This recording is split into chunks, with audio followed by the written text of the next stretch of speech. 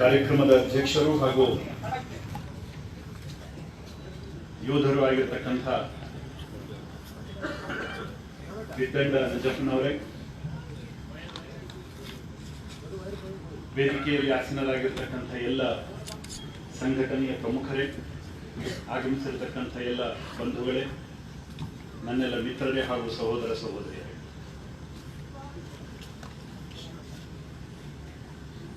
ಮೊಟ್ಟ ಮೊದಲು ಕೊಡಗಿನ ಈ ವೀರಮಣ್ಣಿಗೆ ತಲೆಬಾಗಿ ನಮಸ್ಕಾರವನ್ನು ಮಾಡ್ತೇನೆ.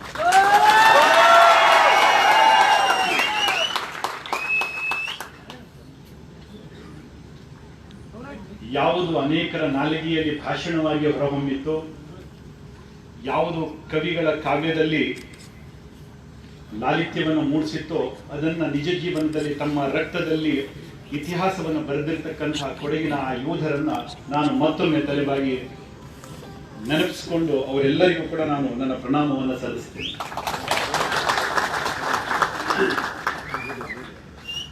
ಬಂಧುಗಳೇ, ಆಗಸ್ಟ್ 14ರ ರಾತ್ರಿ ಪ್ರಾರಂಭ ಆಗ್ತಾ ಇದೆ. ಆಗಸ್ಟ್ 15ಕ್ಕೆ ಮುಂದಡಿ ಇಡ್ತಾ ಇದ್ದೇವೆ. ಇಡೀ ದೇಶದಲ್ಲಿ ನಾಳೆ ಬೆಳಗ್ಗಿನಿಂದ ಸ್ವಾತಂತ್ರ್ಯದ ಸಂಭ್ರಮ. ಬಹುತೇಕ ಇದೇ ಸಮಯ, ಸರಿಸುಮಾರು ಇದೇ ಸಮಯದಲ್ಲೇನೆ ನಮ್ಮ ದೇಶಕ್ಕೆ ಸ್ವಾತಂತ್ರ್ಯ ಪಡೆದುಕೊಳ್ತಕ್ಕಂಥ ಒಂದು ಅಂಕಿತಕ್ಕೆ ನಾವು ಸಹಿ ಹಾಕಿದ್ವಿ. ಒಂದು ಕಡೆ ತುಂಬಾ ಸಂತೋಷ, ಸಂಭ್ರಮ, ಸಡಗರ.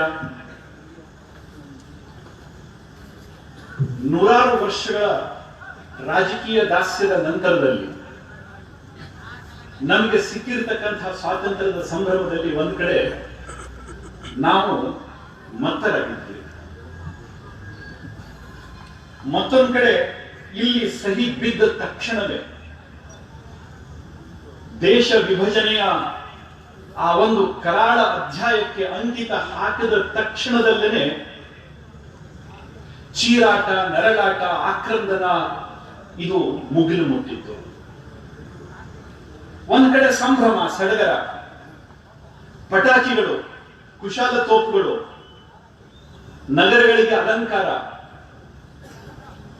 ಮತ್ತೊಂದು ಕಡೆ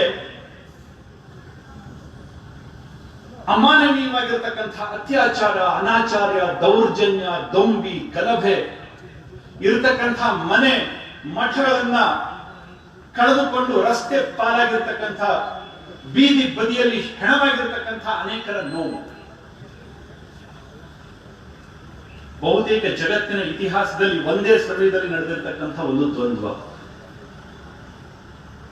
ಏನೇ ಇರಲಿ,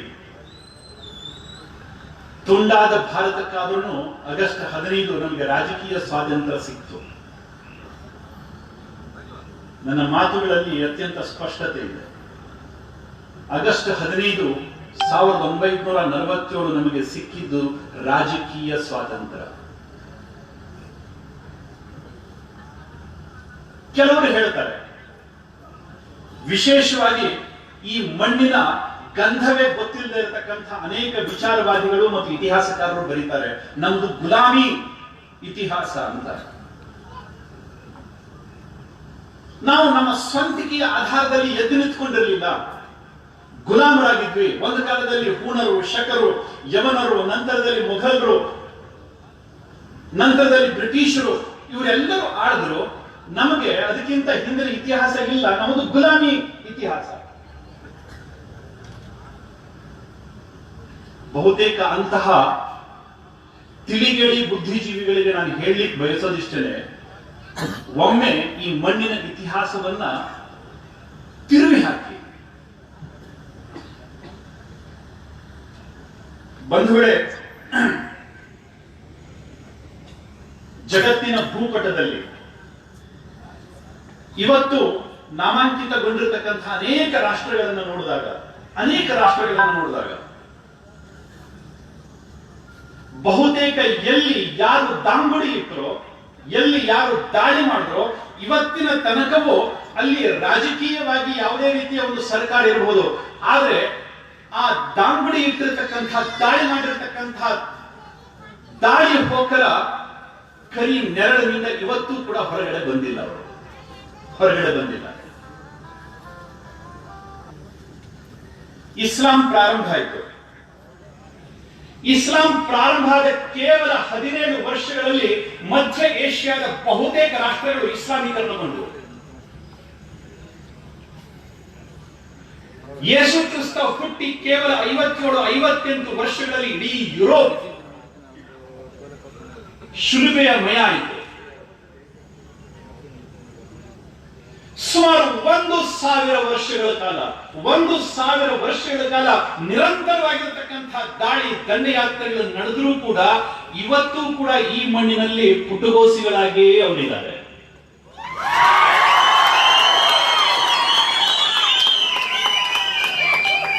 ನಾನು ಕೇಳಿ ಬಯಸ್ತೀನಿ ಆ ಮನೆ ಮೂರ್ಖ ಬುದ್ಧಿಜೀವಿಗಳಿಗೆ, ಸ್ವಾಮಿ ಇದು ಗುಲಾಮಿ ಆಡಳಿತವ?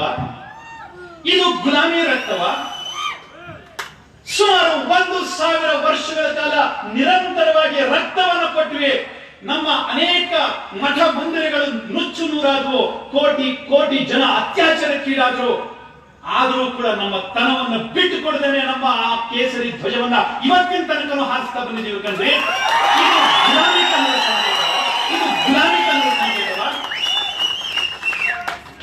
ಯಾರ್ಯಾರು ದಾಳಿ ಮಾಡಿದ್ರು ಅವರೆಲ್ಲ ಮಣ್ಣು ಮುಚ್ಚಿ ಹೋದ್ರು. ಇಲ್ಲಿ ಹೂಣರು, ಶಕರು, ಅವರು ಯಾರು ಕೂಡ ಇವತ್ತು ಹೆಸರು ಹೇಳಲಿಕ್ಕೂ ಕೂಡ ಸಿಗ್ತಾ ಇಲ್ಲ, ಹೆಸರು ಹೇಳಲಿಕ್ಕೆ ಕೂಡ ಸಿಗ್ತಾ ಇಲ್ಲ. ಅವರ ಗುರುತೆ ಅಳಿಸಿ ಹೋಗಿದೆ. ಬಹುತೇಕ ಮುಂದಿನ ದಿನಗಳು ಕಾಯ್ತಾ ಇದೆ. ಭಾರತ ಈಗ ತಾನೇ ಎದ್ದು ನಿಂತುಕೊಳ್ತಾ ಇದೆ. ನನ್ನ ಜೀವನದಲ್ಲಿ ಒಂದು 30, 40, 50 ವರ್ಷಗಳು ಭಾರಿ ದೊಡ್ಡದು ಸ್ವಾಮಿ. ಆದ್ರೆ ಒಂದು ದೇಶದ ಇತಿಹಾಸದಲ್ಲಿ 50, 100, 200, 300 ವರ್ಷಗಳು ಭಾರಿ ಚಿಕ್ಕದು. ದೇಶ ಈಗ ತಾನೇ ಎದ್ದು ನಿಂತುಕೊಳ್ತಾ ಇದೆ. ದೇಶ ಈಗ ತಾನೇ ಎದ್ದು ನಿಂತುಕೊಳ್ತಾ ಇದೆ. ಭವಿಷ್ಯದ ಭಾರತದ ಬಗ್ಗೆ ಇವತ್ತೇ ನಾನು ಹೇಳ್ತೀನಿ. ಯಾವ ಪದಶಾಹಿಗಳ, ಯಾವ ದಂಡೆಕೋರರ, ಯಾವ ಲೂಟಿಕೋರರ ಯಾವ ಚಿಹ್ನೆಯೂ ಇರದಾಗೆ ಮತ್ತೊಮ್ಮೆ ಭಾರತ ಎದ್ದು ನಿಂತುಕೊಳ್ಳುತ್ತೆ. ಗೊತ್ತಿರಲಿ, ಮತ್ತೊಮ್ಮೆ ಭಾರತ ಎದ್ದು ನಿಂತುಕೊಳ್ಳುತ್ತೆ. ಯಾಕೆಂದ್ರೆ ಆ ವಿಜಿಗೀಷು ಸ್ವಭಾವ ನಮ್ಮ ರಕ್ತದಲ್ಲಿದೆ. ವಿಜಿಗೀಷು ಸ್ವಭಾವ ನಮ್ಮ ರಕ್ತದಲ್ಲಿದೆ. ಮುಂಚಿನಿಂದಲೂ ಕೂಡ ಹೇಳಿ ಬಂದಿರತಕ್ಕಂಥವ್ರು ನಾವು. ನಾನಳಿವೆ, ನೀನಳಿವೆ, ನಮ್ಮೆಲುಬುಗಳ ಮೇಲೆ ಮೂಡುವುದು ನಮ್ಮ ಭಾರತದಲ್ಲಿ ಇದೆ. ಇದು ಈ ರಕ್ತದ ಸ್ವಭಾವ. ಇದು ರಕ್ತದ ಸ್ವಭಾವ. ಸ್ವಾಮಿ, ನಮ್ದು ಗುಲಾಮಿ ಇತಿಹಾಸ ಅಲ್ಲ ಕಣ್ರಿ, ಹೋರಾಟದ ಇತಿಹಾಸ. ಹೋರಾಟದ ಇತಿಹಾಸ. 37 ವರ್ಷಗಳ ಕಾಲ ನಿರಂತರವಾಗಿ ಸೋಲಿನ ಮೇಲೆ ಸೋಲನ್ನ ಅನುಭವಿಸ್ತಾ ಬಂದರೂ ಕೂಡ ತಲೆಯನ್ನ ತಗ್ಗಿಸ್ತೇನೆ. ಆ ಒಂದು ಯೋಧ ಅರಾವಳಿಯ ಗುಡ್ಡಗಳಲ್ಲಿ ಅಲದು ಯಾವತ್ತಿಗೂ ಕೂಡ ಆ ಒಂದು ಮೊಘಲ್ ಸಾಮ್ರಾಜ್ಯಕ್ಕೆ ಶರಣಾಗಲಿಲ್ಲ. ಅಂತಹ ರಕ್ತ ನಮ್ಮದು. ರಾಣಾ ಪ್ರತಾಪನ ರಕ್ತ ನಮ್ಮದು.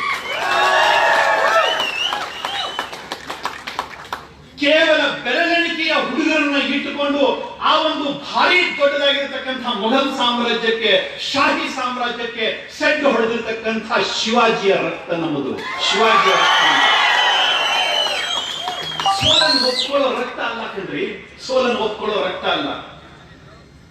ಅಪ್ಪ ಅಮ್ಮನ ಗುರುತಿಲ್ಲದೆ ಇರತಕ್ಕಂಥ ಜಾತ್ಯತೀತರು ನಾವಲ್ಲ. ನಮಗೆ ಗೊತ್ತಿದೆ ನಮ್ಮ ರಕ್ತ ಯಾವುದು ಅಂತ. ನಮ್ಮ ರಕ್ತದ ಗುರುತು ನಮಗೆ. ಆ ರಕ್ತದ ಗುರುತಿನ ಮೇಲೆ ಇವತ್ತು ಕೂಡ ನಾವು ನಿಂತುಕೊಂಡಿದ್ದೀವಿ. ಇದೇ ರಕ್ತದ ಗೌರವಕ್ಕೋಸ್ಕರ ನಾವು ಬದುಕ್ತಾ ಇದ್ದೀವಿ. ಇದು ಭಾರತ. ನಾವು ಹಿಂದೂಗಳು. ನಮ್ಮದೇ ಆಗಿರ್ತಕ್ಕಂಥ ಒಂದು ಗತಿಯಲ್ಲಿ ನಾವು ಹೆಜ್ಜೆ ಇಡ್ತಾ ಇದ್ದೀವಿ. ಬಂಧುಗಳೇ, 1947 ಆಗಸ್ಟ್ 14 ಮಧ್ಯರಾತ್ರಿ ಹೌದು, ಘಟನೆ ನಡೆಯಿತು. ನೋವಿದೆ, ದುಃಖ ಇದೆ.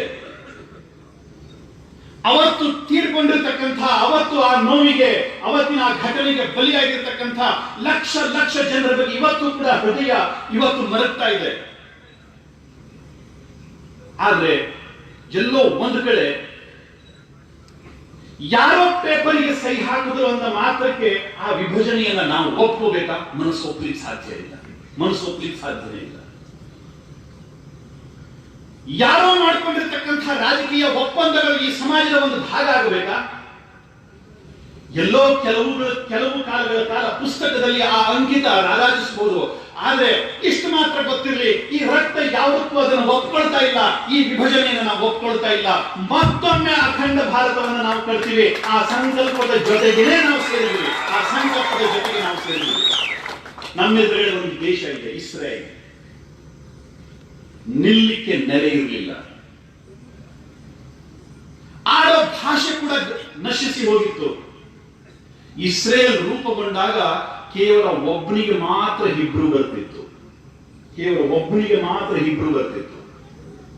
ಇವತ್ತು ಆ ದೇಶದ ಆಡಳಿತ ಭಾಷೆ ಹಿಬ್ರು. ಜಗತ್ತಿನಲ್ಲಿ ಎಲ್ಲಿ ಹೋದ್ರೂ ಕೂಡ ಅವರ ಮೇಲೆ ಯಾರು ನಡೆಸದ ದೌರ್ಜನ್ಯವನ್ನ ಜಗತ್ತು ನಡೆಸಿತ್ತು.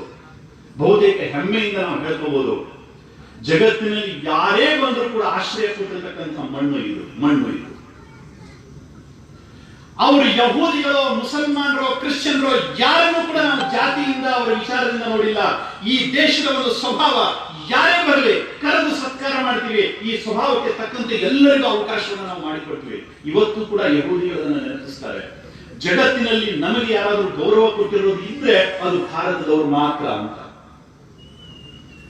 ಅವರಿಗೆ ನೆಲೆ ಇರಲಿಲ್ಲ. 1800 ವರ್ಷಗಳ ಕಾಲ, 1800 ವರ್ಷಗಳ ಕಾಲ ನೆಲೆ ಇಲ್ಲದೇನೆ, ದಿಕ್ಕಿಲ್ಲದೇನೆ, ಪರದೇಶಿಗಳಾಗಿ, ಅಲೆಮಾರಿಗಳಾಗಿ ಜಗತ್ತಿನ ಮೂಲೆ ಮೂಲೆಯಲ್ಲಿ ಹಂಚಿಕೊಂಡಿರ್ತಕ್ಕಂತಹ ಜನ ಒಂದು ದೇಶವನ್ನ ಕಟ್ಟಿದರು. ಹೇಗೆ ಕಟ್ಟಿದ್ರು? ಇಸ್ರೇಲ್ ದೇಶ ರೂಪುಗೊಂಡಿದೆ ಅಂತ ಹೇಳಿದಾಗ ಜಗತ್ತಿಗೆ ನಂಬಲಿಕ್ಕೆ ಸಾಧ್ಯ ಆಗಿರಲಿಲ್ಲ. ಇಸ್ರೇಲ್ ರೂಪುಗೊಳ್ಳುತ್ತೆ, ಒಂದು ದೇಶವಾಗಿ ಜಗತ್ತಿನ ಭೂಪಟದಲ್ಲಿ ಕಾಣಿಸ್ಕೊಳ್ಳುತ್ತೆ ಅಂತ ಹೇಳಿದಾಗ ಯಾರಿಗೂ ಕೂಡ ಅದನ್ನ ನಂಬಲಿಕ್ಕೂ ಕೂಡ ಸಾಧ್ಯ ಆಗಿರಲಿಲ್ಲ. ಗೊತ್ತು ಗುರಿ ಇಲ್ಲದೆ ಇರತಕ್ಕಂಥ, ಪರಿಚಯವೇ ಇಲ್ಲದೆ ಇರತಕ್ಕಂಥ ಹಲವಾರು ಜನ ಸೇರಿ ಒಂದು ದಿನ ಆ ಮಧ್ಯರಾತ್ರಿ ದೇಶದ ಘೋಷಣೆ ಮಾಡಿದಾರಲ್ಲ ಸ್ವಾಮಿ, ಇವತ್ತು ಜಗತ್ತಿನ ಅತ್ಯಂತ ಸರ್ವಶಕ್ತ ರಾಷ್ಟ್ರಗಳ ಮಾಲಿಕೆಯಲ್ಲಿ ಅದು ಒಂದು. ಹಾಗಾಯ್ತು ಕಣ್ರಿ, ಹಾಗಾಯ್ತು. ಜಗತ್ತಿನ ಭೂಪಟದಲ್ಲಿ ಇಲ್ಲದೆ ಇರತಕ್ಕಂತಹ ಒಂದು ದೇಶಕ್ಕೆ ಜನ್ಮ ಕೊಡೋ ಸಾಹಸವನ್ನ ಕೇವಲ ಕೆಲವೇ ಬೆರಳೆಣಿಕೆಯ ಜನ ಮಾಡಬಹುದಾದ್ರೆ, ಕೇವಲ ಕೆಲವೇ ಬೆರಳೆಣಿಕೆಯ ಜನ ಮಾಡಬಹುದಾದ್ರೆ 100 ಕೋಟಿ ಈ ಮಣ್ಣಿನ ಮಕ್ಕಳು ನಾವು ಮನಸ್ಸು ಮಾಡಿದ್ರೆ ಏನ್ ಮಾಡಬಹುದು? ಯೋಚನೆ ಮಾಡಿ. ನಮಗೊಂದು ದೇಶ ಇದೆ, ನಮಗೆ ನೆಲ ಇದೆ, ನಮಗೆ ಸಂಸ್ಕೃತಿ ಇದೆ, ಪರಂಪರೆ ಇದೆ, ಇತಿಹಾಸ ಇದೆ, ನಮಗೆ ಆಗಿರ್ತಕ್ಕಂಥ ಶಕ್ತಿ ಸಾಮರ್ಥ್ಯ ಇದೆ.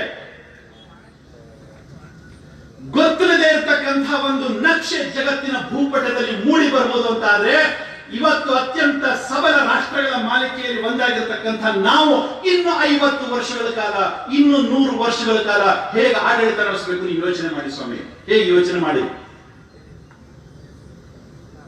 ಮೊದಲೇ ಹೇಳಿದೆ, ನನ್ನ ಬದುಕಿನಲ್ಲಿ 40-50 ವರ್ಷಗಳು ಭಾರಿ ದೊಡ್ಡದು.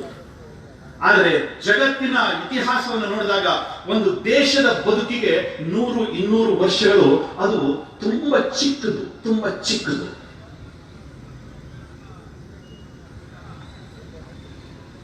ಸುಮಾರು 75 ವರ್ಷಗಳಾಗ್ತಾ ಇದೆ. ಸುಮಾರು 2 ತಲೆಮಾರುಗಳು ಗತಿಸಿ ಹೋಗ್ತಾ ಇದೆ. ಇದೇನು ಭಾರಿ ದೊಡ್ಡ ವಿಷಯ, ಭಾರಿ ದೊಡ್ಡ ಒಂದು ಬದಲಾವಣೆ ಅಂತ ಅನ್ಕೋಬೇಡ್ರಿ. ಚಿತ್ತೋರ್ಗಢವನ್ನ ರಾಣಾ ಪ್ರತಾಪ್ ಕಳ್ಕೊಂಡ, ಅವನಿಗೆ ಗೆಲ್ಲಿಕ್ಕಾಗಲಿಲ್ಲ, ಅವನ ಮಗನಿಗೂ ಗೆಲ್ಲಿಕ್ಕಾಗಲಿಲ್ಲ, ಮೊಮ್ಮಗ ಗೆದ್ದ ಚಿತ್ತೋರ್ಗಢವನ್ನ. ಪ್ರತಿ ಒಂದು ದಿನ ಯೋಚನೆ ಮಾಡ್ತಾ ಇದ್ರು, ನನ್ನ ಚಿತ್ತೋಡ್ಗಢ, ನನ್ನ ಚಿತ್ತೋಡ್ಗಢ, ನನ್ನ ಚಿತ್ತೋಡ್ಗಢ. 1800 ವರ್ಷಗಳ ಕಾಲ ಜಗತ್ತಿನ ಮೂಲೆ ಮೂಲೆಯಲ್ಲಿ ಹಂಚಿ ಹೋಗಿರ್ತಕ್ಕಂತಹ ಇಸ್ರೇಲಿಗಳು ಹೇಳ್ತಾ ಇದ್ರು, ಮುಂದಿನ ವರ್ಷದ ಸಬ್ಬತ್ ಜೆರುಸಲೇಮ್ದಲ್ಲಿ, ಮುಂದಿನ ವರ್ಷದ ಸಬ್ಬತ್ ಜೆರುಸಲೇಮ್ದಲ್ಲಿ, ಮುಂದಿನ ವರ್ಷದ ಸಬ್ಬತ್ ಜೆರುಸಲೇಮ್ದಲ್ಲಿ. 1800 ವರ್ಷಗಳ ಕಾಲ ಮುಂದಿನ ತಲೆಮಾರಿಗೆ ಆ ಕನಸನ್ನ ಹಂಚ್ತಾ ಹೋದ್ರು. ಯಾವತ್ತು ಹೋಗ್ತೀವಿ ಅಂತ ಗೊತ್ತಿಲ್ಲ, ಆ ದೇಶ ಎಲ್ಲಿದೆ ಅಂತ ಗೊತ್ತಿಲ್ಲ, ಆ ಭೂಮಿಯ ಆ ಮಣ್ಣಿನ ಪರಿಚಯ ಇಲ್ಲ. ಆದ್ರೂ ಕೂಡ ಅದೆಷ್ಟೋ ಸಾವಿರ ಮೈಲಿಗಳ ದೂರದಲ್ಲಿರ್ತಕ್ಕಂತಹ ಆ ಒಂದು ರಕ್ತ ನೆನಪಿಸ್ಕೊಂತ ಇತ್ತು, ನನ್ನ ಮೂಲ ಜೆರುಸಲೇಮ್, ನನ್ನ ಮೂಲ ಜೆರುಸಲೇಮ್, ಮುಂದಿನ ವರ್ಷದ ಸಬ್ಬತ್ ನಾನು ಜೆರುಸಲೇಮ್ನಲ್ಲಿ ಮಾಡ್ತೀನಿ ಅಂತ. ಸ್ವಾಮಿ, ಅದೃಶ್ಯವಾಗಿರ್ತಕ್ಕಂಥ ರಾಷ್ಟ್ರ ಒಂದು ಮೂಡಿ ಬರಬಹುದಾದ್ರೆ ನಿನ್ನೆ ಮೊನ್ನೆ ತುಂಡಾಗಿ ಹೋಗಿರ್ತಕ್ಕಂಥ ಭೂಪಟವನ್ನ ಕೂಡಿಸೋದು ನಮಗೆ ಅಸಾಧ್ಯವ? ನೀವು ಹೇಳಿ. ಯಾರ 4 ಮಂದಿ ಅವರ ರಾಜಕೀಯದ ತವರಿಗೆ ಹಾಕಿರ್ತಕ್ಕಂಥ ಅಂಕಿತವನ್ನ ಅಳಿಸಿ ಹಾಕೋ ಯೋಗ್ಯತೆ ಈ ನಮ್ಮ ಜನಾಂಗಕ್ಕೆ ಇದೆಯೋ ಇಲ್ಲೋ ಯೋಚನೆ ಮಾಡಿ ಹೇಳಿ. ಬಂಧುಗಳೇ, ಅದಕ್ಕೋಸ್ಕರ ಈ ಕಾರ್ಯಕ್ರಮ. ಕೆಲವರು ನಗುತ್ತಾರೆ, ಕೆಲವರಿಗೆ ಇದೊಂದು ಅವಾಸ್ತವಿಕ ಅಂತ ಅನ್ಸುತ್ತೆ, ಇದೊಂದು ಹುಚ್ಚುತನದ ಪ್ರಲಾಪ ಅಂತ ಅನ್ಸುತ್ತೆ. ಅನಿಸ್ಲಿಕ್ಕೆ ಪರವಾಗಿಲ್ಲ.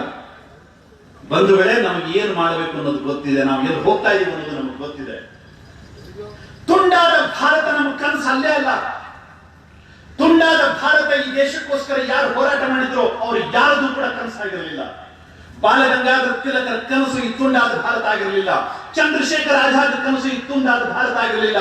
ಮಹರ್ಷಿ ಅರವಿಂದರ ಕನಸು ಈ ತುಂಡಾದ ಭಾರತ ಆಗಿರಲಿಲ್ಲ. ನೇತಾಜಿ ಸುಭಾಷ್ ಚಂದ್ರ ಬೋಸರ ಕನಸು ಈ ತುಂಡಾದ ಭಾರತ ಆಗಿರಲಿಲ್ಲ.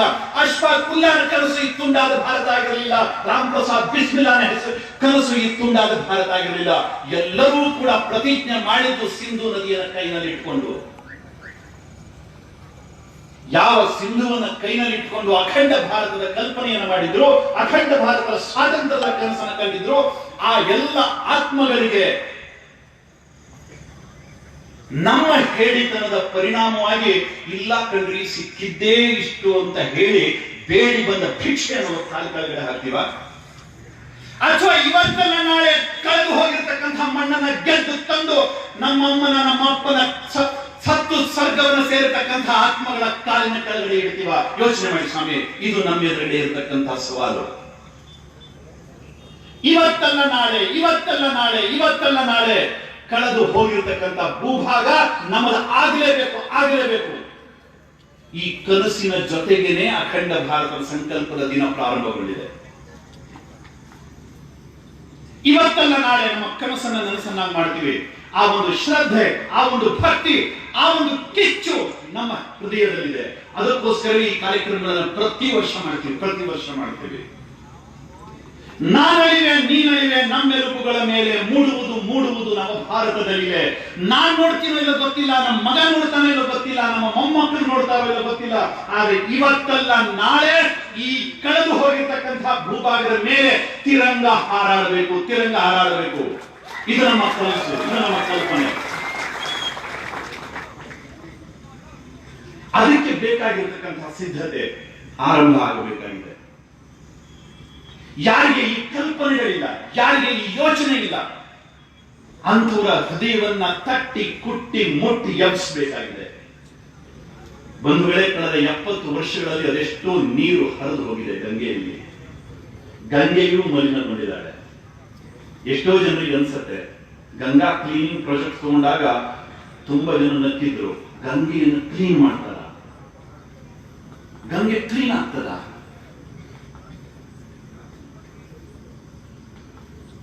ಆ ಎಲ್ಲ ಪ್ರಶ್ನೆಗಳಿಗೆ ಉತ್ತರ ಕೊಡೋ ಧಾರ್ಷ್ಟ್ಯ ಇವತ್ತು ನಮಗಿದೆ. ಒಂದು ಕಾಲ ಇತ್ತು, ನಮ್ಮ ಮೇಲಾಗಿರ್ತಕ್ಕಂಥ ಅನ್ಯಾಯವನ್ನ ಪ್ರತಿಭಟಿಸಿ ಎದ್ದು ನಿಲ್ಲುವ ಯೋಗ್ಯತೆ ಕೂಡ ನಮಗಿರಲಿಲ್ಲ. ನಮ್ಮ ರಾಜಕೀಯ ನಾಯಕತ್ವ ಇಚ್ಛಾಶಕ್ತಿಯನ್ನು ಕಳ್ಕೊಂಡಿತ್ತು. ರಾಜಕೀಯ ನಾಯಕತ್ವ ಸಂಪೂರ್ಣವಾಗಿ ಶ್ರದ್ಧಾಹೀನವಾಗಿತ್ತು. ರಾಜಕೀಯ ನಾಯಕತ್ವಕ್ಕೆ ಹೋರಾಟದ ಜಿಗುಟುತನ ಇರಲಿಲ್ಲ. ರಾಜಕೀಯ ನಾಯಕತ್ವಕ್ಕೆ ಈ ದೇಶ ಅಂದ್ರೆ ಏನು ಅಂತಕ್ಕಂಥ ಕಲ್ಪನೆ ಇರಲಿಲ್ಲ. ರಾಜಕೀಯ ನಾಯಕತ್ವಕ್ಕೆ ಈ ಸಂಸ್ಕೃತಿಯ ರೂವಾರಿಗಳು ನಾವು ಅಂತಕ್ಕಂತಹ ಒಂದು ನಂಬಿಕೆ ಇರಲಿಲ್ಲ. ಕೇಂಬ್ರಿಡ್ಜ್ ನಿಂದ ಕಲಿತು ಬಂದಿರತಕ್ಕಂಥ ಖೋಪುಡಿಯಲ್ಲಿ ಮತ್ತೇನು ಇರುತ್ತೆ? ಅಲ್ಲಿ ಥೇಮ್ಸ್ ನದಿ ಹರಿಯುತ್ತೆ, ಬಿಟ್ರೆ ಗಂಗಾ ನದಿ ಹರಿತದ?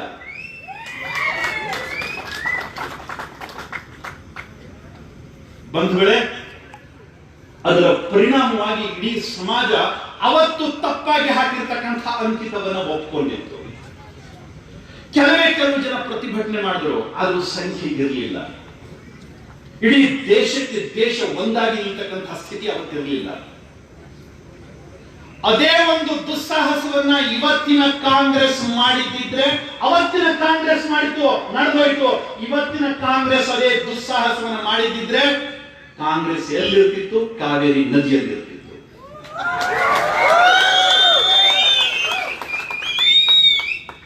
ಬಂಧುಗಳೇ, ಗತಿಸಿ ಹೋಗಿರತಕ್ಕಂತಹ ನಮ್ಮ ತಪ್ಪುಗಳನ್ನ, ಇತಿಹಾಸದ ಪುಟಗಳಲ್ಲಿ ಆಗಿರತಕ್ಕಂತಹ ತಪ್ಪುಗಳನ್ನ ಅಧ್ಯಯನ ಮಾಡಿಕೊಂಡು ಅರ್ಥಕೊಂಡು ಮುಂದಿನ ಹೆಜ್ಜೆಯನ್ನು ನಾವು ಇಡಬೇಕಾಗಿದೆ. ನಾವು ದೇಶ ಕಟ್ಟಲಿಕ್ಕೆ ಹೊರಟಿರತಕ್ಕಂತಹ ಜನ, ಒಂದು ಒಳ್ಳೆಯ ಸುಸಂಸ್ಕೃತ ಸಮಾಜದ ನಿರ್ಮಾಣದ ಕನಸನ್ನು ಕಂಡಿರತಕ್ಕಂಥ ಜನ ನಾವು. ನಮ್ಮ ಸಿದ್ಧತೆ ಹೇಗಿರಬೇಕು, ನಾವು ಯಾವ ನಿಟ್ಟಿನಲ್ಲಿ ಯೋಚನೆಯನ್ನು ಮಾಡಬೇಕು ಬಂಧುಗಳೇ? ಅದಕ್ಕೋಸ್ಕರ ಈ ಒಂದು ಸಂಕಲ್ಪದ ದಿನ. ಕಾಟಾಚಾರಕ್ಕೆ ಈ ಕಾರ್ಯಕ್ರಮ ಮಾಡ್ತಾ ಇಲ್ಲ. ಸಂಘಟನೆಯ ಒಂದು ಸೂಚನೆ ವರ್ಷಕ್ಕೊಮ್ಮೆ ಕಾರ್ಯಕ್ರಮ ಮಾಡಬೇಕು, ಅದಕ್ಕೋಸ್ಕರ ತಲೆ ತಗ್ಗಿಸ್ಕೊಂಡು ಏನೋ ಒಂದು ರೀತಿಯ ಸೂಚನೆಯನ್ನು ಪಾಲನೆ ಮಾಡತಕ್ಕಂಥ ಜನಗಳು ನಾವಲ್ಲ. ನಾವು ಮಾಡೋ ಸಂಕಲ್ಪದಲ್ಲಿ ನಮಗೆ ನಂಬಿಕೆ ಇದೆ, ನಾವು ಮಾಡೋ ಸಂಕಲ್ಪದಲ್ಲಿ ನಮಗೆ ಗೌರವ ಇದೆ, ನಾವು ಮಾಡೋ ಸಂಕಲ್ಪದಲ್ಲಿ ನಮಗೆ ಗಂಭೀರತೆ ಇದೆ. ಇವತ್ತಲ್ಲ ನಾಳೆ ಸಿಂಧು ಹುಟ್ಟದಲ್ಲಿ, ಸಿಂಧು ಹರಿತಾ ಇರುವಲ್ಲಿ, ಸಿಂಧು ಸಮುದ್ರ ಸೇರುವಲ್ಲಿ ತಿರಂಗ ಹಾರಾಡಬೇಕು. ಇದು ನಮ್ಮ ಸಂಕಲ್ಪ. ಹೌದು, ಇತಿಹಾಸದಲ್ಲಿ ನಮ್ಮ ನಾಯಕರು ತಪ್ಪಾಗಿ ನಡ್ಕೊಂಡ್ರು. ಅವರ ಸ್ಥಿತಿ ಹಾಗಿತ್ತು. ರಾಮಾಯಣ ಮಹಾಭಾರತವನ್ನ ಕಲ್ಪನೆಯ ಕಥೆಗಳು ಅಂತ ಅವರೇ ಹೇಳಿದ್ರು. ಅವರಿಗೆ ಈ ಮಣ್ಣಿನ ಪರಿಚಯ ಹೇಗಾಗುತ್ತೆ? ಅಂಥವರಿಂದ ದೇಶ ಏನನ್ನ ನಿರೀಕ್ಷೆ ಮಾಡಿತ್ತು? ಅಧಿಕಾರದ ಕುರ್ಚಿಗೋಸ್ಕರ ಗಡಿಬಿಡಿಯಲ್ಲಿ ದೇಶದ ವಿಭಜನೆಗೂ ಕೂಡ ಸಹಿ ಹಾಕಿರ್ತಕ್ಕಂಥ ಆ ಮನೆತನ ದೇಶವನ್ನೇ ಹಾಗೆ ಮುನ್ನಡೆಸಿತ್ತು. ನೀವೇ ಹೇಳಿ, ದೇಶದ ಜನಕ್ಕೆ ವಿಭಜನೆ ಬೇಕಿರಲಿಲ್ಲ. 16 ವರ್ಷ ಕಂಬಿಗಳ ಹಿಂದುಗಡೆ ಕುತ್ಕೊಂಡು ಇವರಿಗೆ ಸಾಕಾಗಿತ್ತು. ಹೇಗಾದ್ರೂ ಮಾಡಿ ಹೊರಗಡೆ ಬಂದ್ರೆ ಸಾಕಾಗಿತ್ತು. ಹೇಗಾದ್ರೂ ಮಾಡಿ ಅಧಿಕಾರದ ಕುರ್ಚಿ ಮೇಲೆ ಕೂತ್ಕೊಂಡು ಫೋಟೋ ತೆಗೆಸ್ಕೊಂಡ್ರೆ ಸಾಕಾಗಿತ್ತು ಅವರಿಗೆ. ಅದಕ್ಕೋಸ್ಕರ ಒಂದು ಹುಚ್ಚು ರಾಜಕೀಯ ಟವರಿಗೆ ದೇಶವನ್ನು ಬಲಿಕೊಟ್ರು. ಆ ಹುಚ್ಚು ರಾಜಕೀಯ ಕೀಟಿಗೆ ದೇಶವನ್ನು ಬಲಿಕೊಟ್ರು, ದೇಶವನ್ನು ತುಂಡು ಮಾಡಿದ್ರು. ನಮ್ಮ ದುರಂತ ಅದೇ ಕುಟುಂಬ ಇವತ್ತು ನಮ್ಮ ದೇಶವನ್ನು ಮುನ್ನಡೆಸಲಿಕ್ಕೆ ಪ್ರಯತ್ನ ಮಾಡ್ತಾ ಇದೆ. ಅದೇ ಕುಟುಂಬ, ಅದೇ ರಕ್ತ ಇವತ್ತು ಪ್ರಯತ್ನ ಮಾಡ್ತಾ ಇದೆ. ಬಂಧುಗಳೇ, ಸುಭಾಷ್ ಚಂದ್ರ ಬೋಸ್ ಈ ದೇಶದ ಜನ ಬಯಸಿದ್ರು ಅವರು ನಮ್ಮ ಕಾಂಗ್ರೆಸ್ನ ಲೀಡರ್ ಆಗಬೇಕು ಅಂತ. ಕಾಂಗ್ರೆಸ್ನ ಆ ಸಭೆಯಲ್ಲಿ ಕೂಡ ತೀರ್ಮಾನ ಆಗಿತ್ತು, ಸುಭಾಷ್ ಚಂದ್ರ ಬೋಸ್ ನಮ್ಮ ನೇತೃತ್ವವನ್ನು ವಹಿಸಬೇಕು, ಸ್ವಾತಂತ್ರ್ಯದ ಒಂದು ಸಂಗ್ರಾಮದ ನೇತೃತ್ವದ ಅವರ ನೇತೃತ್ವದ ಅಡಿಯಲ್ಲಿ ನಾವು ಮುಂದಕ್ಕೆ ಹೋಗಬೇಕು ಅಂತ. ಅದನ್ನು ಬದಿಗಿಟ್ಟರು, ಅದಕ್ಕೆ ನೀರೆರೆದ್ರು, ಅದನ್ನ ಹೊಸಕಿ ಹಾಕಿದ್ರು. ಯಾಕೆ? ಮೊದಲಿಂದಲೂ ಈ ಕಾಂಗ್ರೆಸ್ಗೆ ದೇಶಭಕ್ತರ ಅವಶ್ಯಕತೆ ಇರಲಿಲ್ಲ. ಅವರಿಗೆ ಬೇಕಾಗಿದ್ದು ಅವರ ಕುರ್ಚಿ ಉಳ್ಕೋಬೇಕು, ಅದಕ್ಕಿಂತ ಹೊರತಾಗಿ ಮತ್ತೇನೂ ಇರಲಿಲ್ಲ. ಹಾಗಿದ್ರೆ ಅವತ್ತಿನ ದಿವಸ ಪ್ರಧಾನಮಂತ್ರಿ ಆದರಲ್ಲ,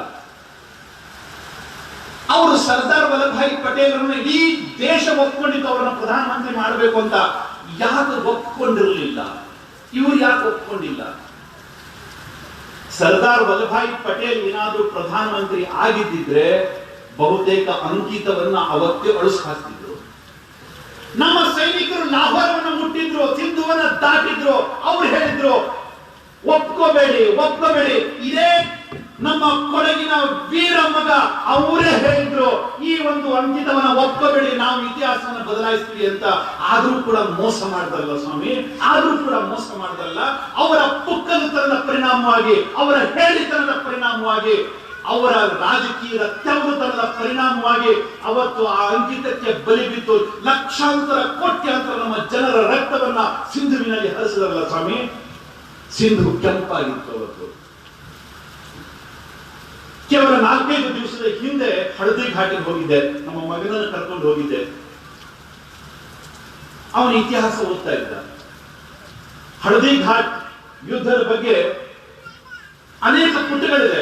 ಅವನಿಗೆ ಓದ ಹುಚ್ಚಿತ್ತು. ನನ್ನ ಹತ್ರ ಕೇಳ್ದ, ಅಪ್ಪ ನಾನು ಒಂದ್ಸರಿ ಹಳದಿ ಘಾಟ್ ಹೋಗಬೇಕು, ಚಿತ್ತೋಡ್ಘಾಟ್ ಹೋಗಬೇಕು ಅಂತ, ಕುಂಬಳಘಾಟ್ ಹೋಗಬೇಕು ಅಂತ. ಹಳದಿ ಘಾಟ್ಗೆ ಹೋದಾಗ ನಮಗೆ ಗೊತ್ತಿಲ್ಲದ ಹಾಗೆ ಅಲ್ಲಿನ ಇತಿಹಾಸ ಅನಾವರಣಗೊಂಡಿತ್ತು. ಅಲ್ಲೊಂದು ಜಾಗ ಇದೆ, ರಕ್ತತಲಾಯಿ ಅಂತ ಕರೀತಾರೆ. ಇವತ್ತೂ ಕೂಡ ಇದೆ. ದಯವಿಟ್ಟು ಹೋಗಿ ಬನ್ನಿ, ದಯವಿಟ್ಟು ಹೋಗಿ ಬನ್ನಿ. ಹಳದಿ ಘಾಟ್ ಯುದ್ಧ ನಡೆದಿತ್ತು, ಕೇವಲ ಒಂದು ದಿವಸದ ಯುದ್ಧ. ಒಂದು ದಿವಸದ ಯುದ್ಧದಲ್ಲಿ ಸುಮಾರು 20,000ಕ್ಕೂ ಹೆಚ್ಚು ಜನ ಮಡಿದಿದ್ರು. ಅವತ್ತಿನ ದಿನ ಸಾಯಂಕಾಲ ಇದೇ ರೀತಿಯಲ್ಲಿ ಮಳೆ ಬಿದ್ದಿತ್ತು. ಆ ಹಳದಿ ಘಾಟಿಯಲ್ಲಿ ಒಂದು ನದಿ ಇದೆ. ಆ ನದಿ ಹೋಗಿ ಒಂದು ದೊಡ್ಡ ಮೈದಾನದಲ್ಲಿ ಮುಖಾಂತರ ಹರಿಯುತ್ತೆ. ಹೆಣಗಳ ರಾಶಿ ಹೇಗೆ ಬಿದ್ದಿತ್ತು ಅಂತಂದ್ರೆ, ನದಿಯ ನೀರು ಬಂದಾಗಿತ್ತು, ಅಲ್ಲಿ ಆ ನದಿ ನೀರು ಶೇಖರಣೆಗೊಂಡಿತ್ತು. ಇಡೀ ಗುಡ್ಡದಲ್ಲಿ ಹರಿದಿರ್ತಕ್ಕಂತಹ ರಕ್ತವನ್ನ ತೆಗೆದುಕೊಂಡು ಹೋಗಿ ಅಲ್ಲಿ ಒಂದು ಕೆರೆ ನಿರ್ಮಾಣ ಆಗಿತ್ತು. ಅದಕ್ಕೆ ಇವತ್ತು ಕೂಡ ರಕ್ತತಲಾಯಿ ಅಂತ ಕರೀತಾರೆ, ರಕ್ತದ ಕೆರೆ ಅಂತ ಕರೀತಾರೆ. ದಯವಿಟ್ಟು ಹೋಗಿ ಬನ್ನಿ. ನಾವು ಗೋವಾ ಹೋಗ್ತೀವೋ ಗೊತ್ತಿಲ್ಲ, ಮಾರಿಷಸ್ ಹೋಗ್ತೀವೋ ಗೊತ್ತಿಲ್ಲ, ಅಥವಾ ಮತ್ತೆಲ್ಲಿಗೋ ಹೋಗ್ತೀವೋ ಅಂತ ಗೊತ್ತಿಲ್ಲ, ಆದ್ರೆ ಆ ಒಂದು ಪವಿತ್ರ ಮಣ್ಣಿನಲ್ಲಿ ನಮ್ಮ ದೇಶಭಕ್ತರ ರಕ್ತ ಹರಿದಿದ್ದಲ್ಲ ಸ್ವಾಮಿ, ಅದನ್ನ ಹೋಗಿ ಮುಟ್ಟಿ ಮತ್ತೊಮ್ಮೆ ನಮಸ್ಕಾರ ಮಾಡಿ ಬನ್ನಿ. ಅದೇ ವಿನಂತಿ ನಿಮಗೆ. ಆ ರಕ್ತ ನಮಗೆ ಪ್ರೇರಣೆಯನ್ನು ಕೊಡುತ್ತೆ. ಆ ಒಂದು ಇತಿಹಾಸದ ಪುಟ ನನ್ನ ಬದುಕನ್ನು ಎದ್ದು ನಿಲ್ಲಿಸುತ್ತೆ, ನನಗೊಂದು ಹೊಸ ದಾರಿ ದೀಪ ಆಗುತ್ತೆ. ಆದ್ರೆ ಈ ಒಂದು ವಿಜಿಗೀಷು ಸ್ವಭಾವ ಅವತ್ತಿನ ನಮ್ಮ ರಾಜಕೀಯ ನಾಯಕತ್ವದಲ್ಲಿ ಇರಲಿಲ್ಲ. ಆ ವಿಜಿಗೀಷು ಸ್ವಭಾವ ರಾಜಕೀಯ ನಾಯಕತ್ವದಲ್ಲಿ ಇರಲಿಲ್ಲ. ಅದಕ್ಕೋಸ್ಕರ ಅವತ್ತಿನ ದೇಶ ವಿಭಜನೆ ಆಯಿತು. ಸ್ವಾಮಿ, ಒಂದಲ್ಲ ಎರಡಲ್ಲ, ಕೇವಲ ಪಾಕಿಸ್ತಾನ ಭಾರತ ವಿಭಜನೆ ಆದ್ರೆ ಹೌದು ಎಲ್ಲೋ ತಪ್ಪಾಗಿದೆ ಅಂತ ಅನ್ಕೊಂಡ್ಬಿಡ್ಬೋದಿತ್ತು. ಇದೇ ರೀತಿಯ ವಿಭಜನೆಗಳ ಸರಮಾಲೆ ಇವರ ಆಡಳಿತದಲ್ಲಿ ನಡೀತು. ಸರಮಾಲೆ ನಡೀತು. ಬಾಂಗ್ಲಾವನ್ನು ಬಲಿಕೊಟ್ರು, ಪಾಕಿಸ್ತಾನವನ್ನು ಬಲಿಕೊಟ್ರು. ಸ್ವಾತಂತ್ರ್ಯದ ನಂತರದ ದಿವಸಗಳಲ್ಲಿಯೂ ಕೂಡ ಆ ನಮ್ಮ ದೇಶದ ಭೂಭಾಗವನ್ನು ತೆಗೆದುಕೊಟ್ರು, ಬರ್ಮಾಕ್ಕೆ ಕೊಟ್ಟರು, ಬಾಂಗ್ಲಾದೇಶಕ್ಕೆ ಕೊಟ್ಟರು.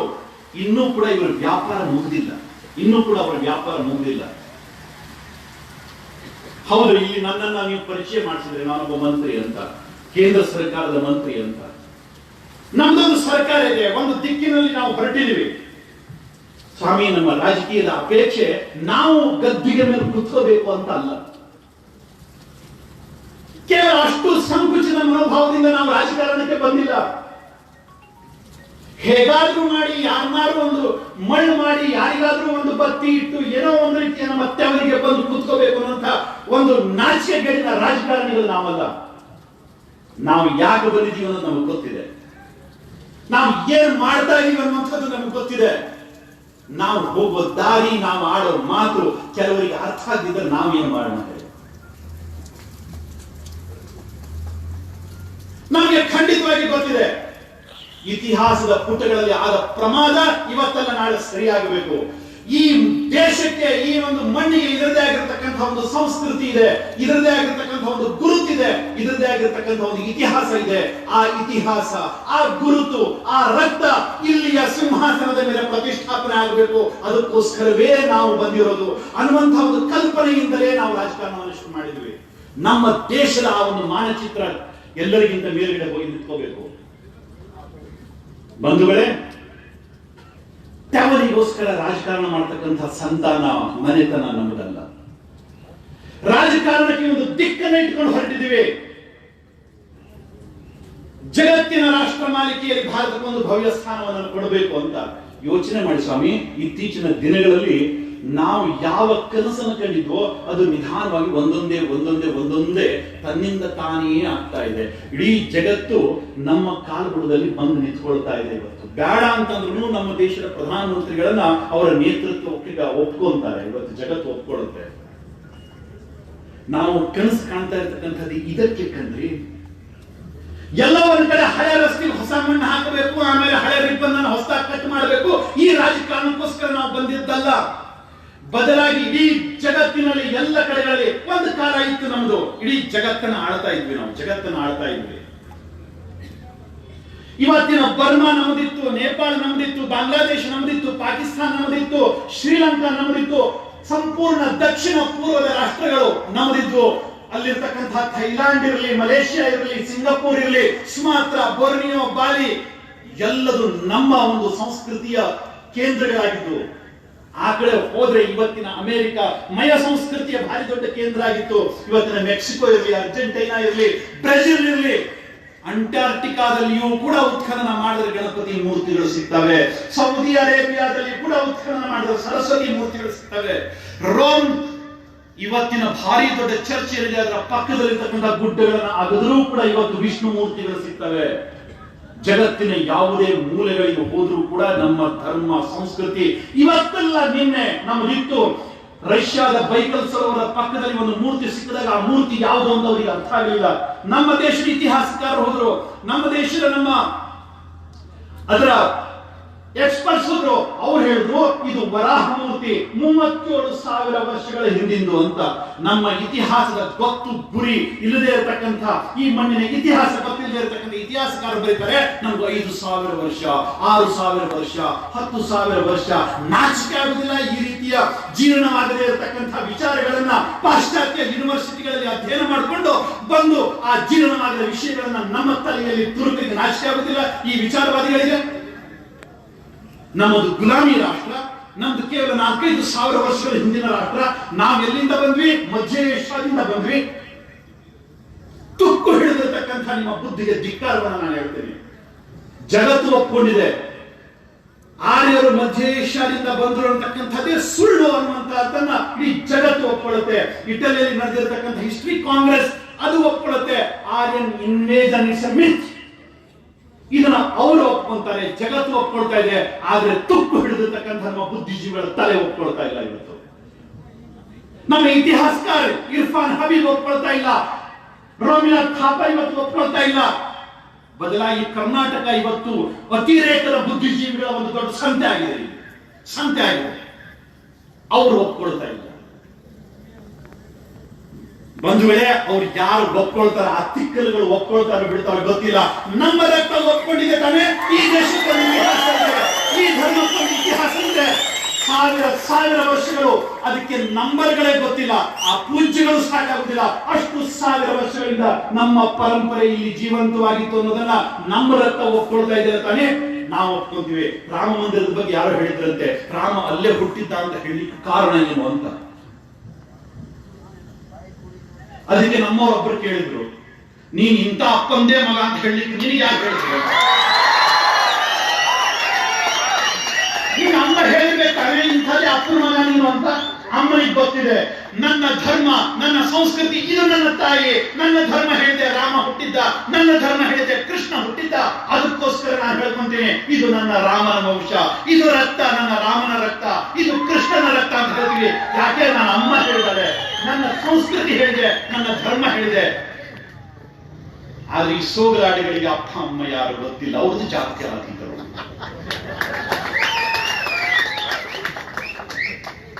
ನನಗೆ ಗೊತ್ತಿದೆ ಕಣ್ರಿ ನನ್ನ ಅಪ್ಪ ಯಾರು, ನನ್ನ ಅಮ್ಮ ಯಾರು ಅಂತ. ಅದಕ್ಕೋಸ್ಕರ ನನ್ನ ರಕ್ತದ ಪರಿಚಯ ನನಗೆ ಗೊತ್ತಿದೆ.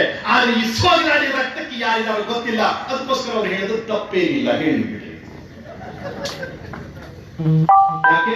ಅವರು ಜಾತ್ಯಾತೀತರು. ಬಂಧುಗಳೇ, ಇತಿಹಾಸ ಬದಲಾಗದು.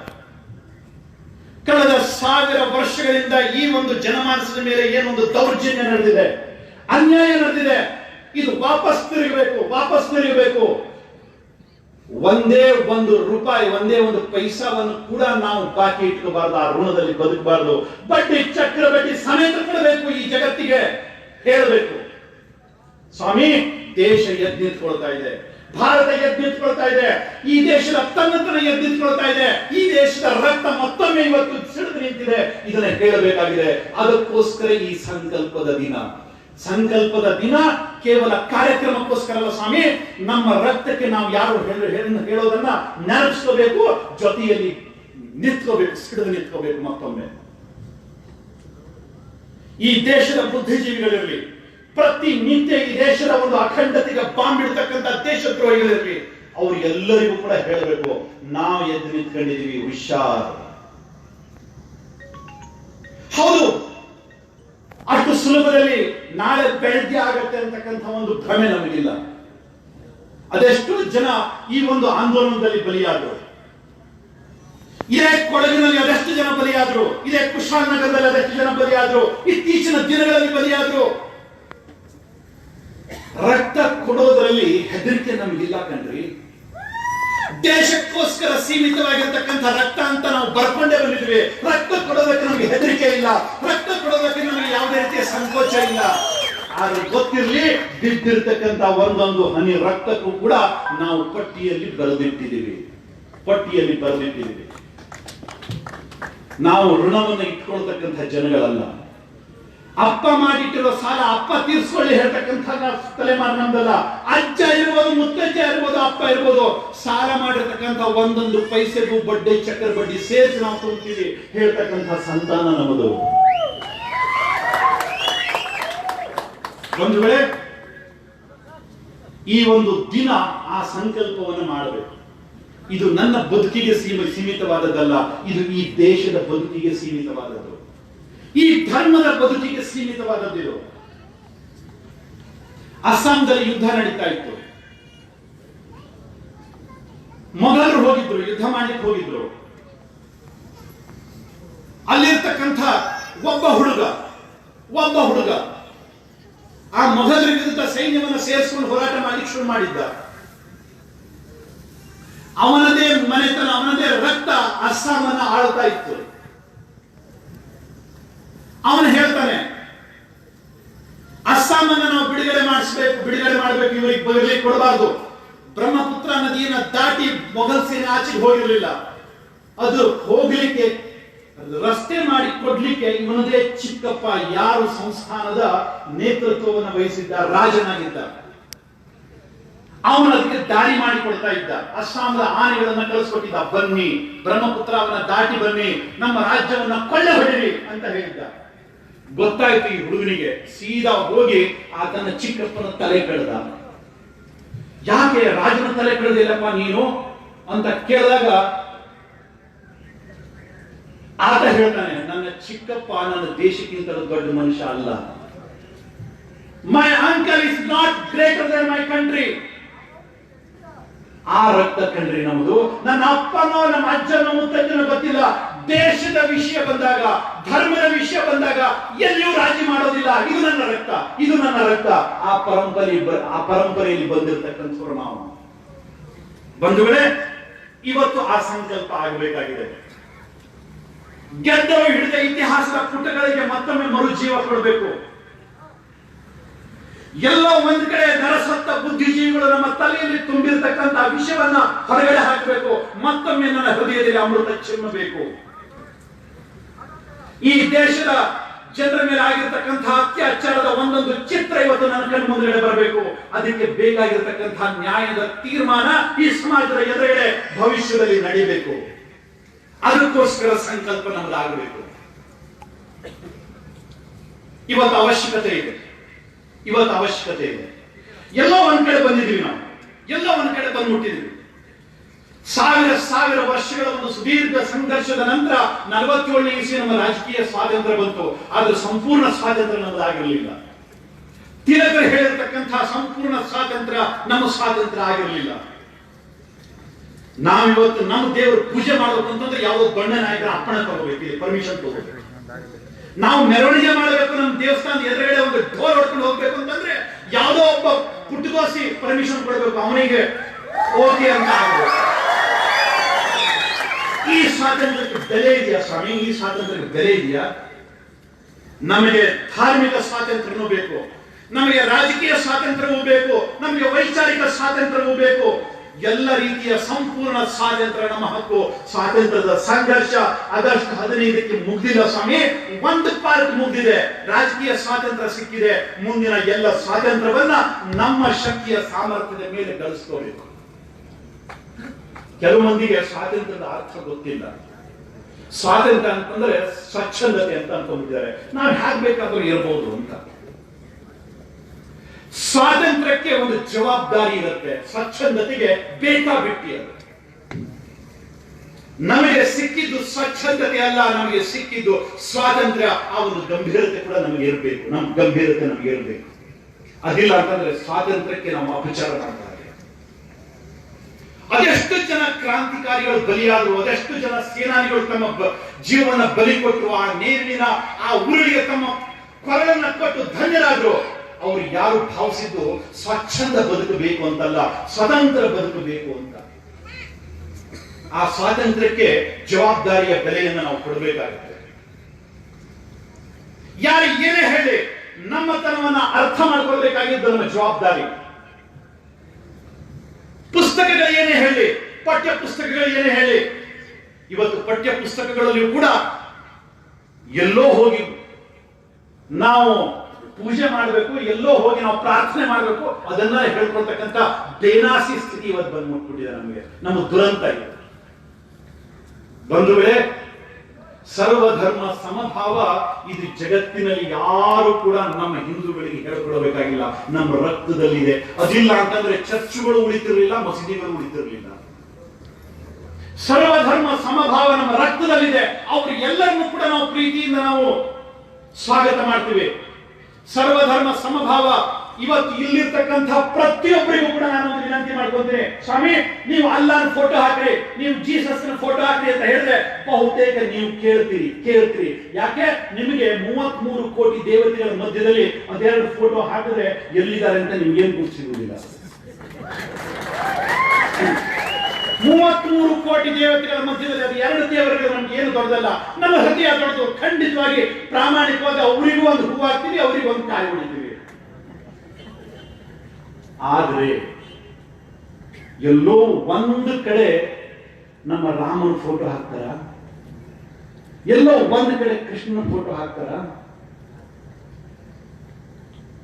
ನಾವು ಹಾಕ್ಲಿಕ್ಕೆ ರೆಡಿ ಇದೀವಿ, ನಾವು ಪ್ರೀತಿ ಮಾಡ್ಲಿಕ್ಕೆ ರೆಡಿ ಇದೀವಿ. ಇದನ್ನು ಒಪ್ಕೊಳ್ಳಿಕ್ಕೆ ಸಾಧ್ಯ ಇಲ್ಲ. ಆದ್ರೆ ಒಪ್ಕೊಳ್ಳದೆ ಇರ್ತಕ್ಕಂಥ ಜನಗಳ ಬಗ್ಗೆ, ಅವ್ರ ಬಗ್ಗೆ ನಿಂದನೆ ಮಾಡೋದು ಬಿಟ್ಟು ನಮಗೆ ಪಾಠ ಹೇಳಿಕ್ ಬರ್ತಾ ಇದಾರೆ. ಸ್ವಾಮಿ, ಸರ್ವಧರ್ಮ ಸಮಭಾವದ ಬಗ್ಗೆ ನಿಮ್ಮ ದೃಷ್ಟಿ ದೋಷವನ್ನು ತೋರಿಸ್ಕೊಳ್ಳಿ. ಯಾರ ತರ ಡಾಕ್ಟರ್ ತೋರಿಸ್ತಾರೆ ದೃಷ್ಟಿ ದೋಷ ಇರೋದು ನಿಮಗೆ.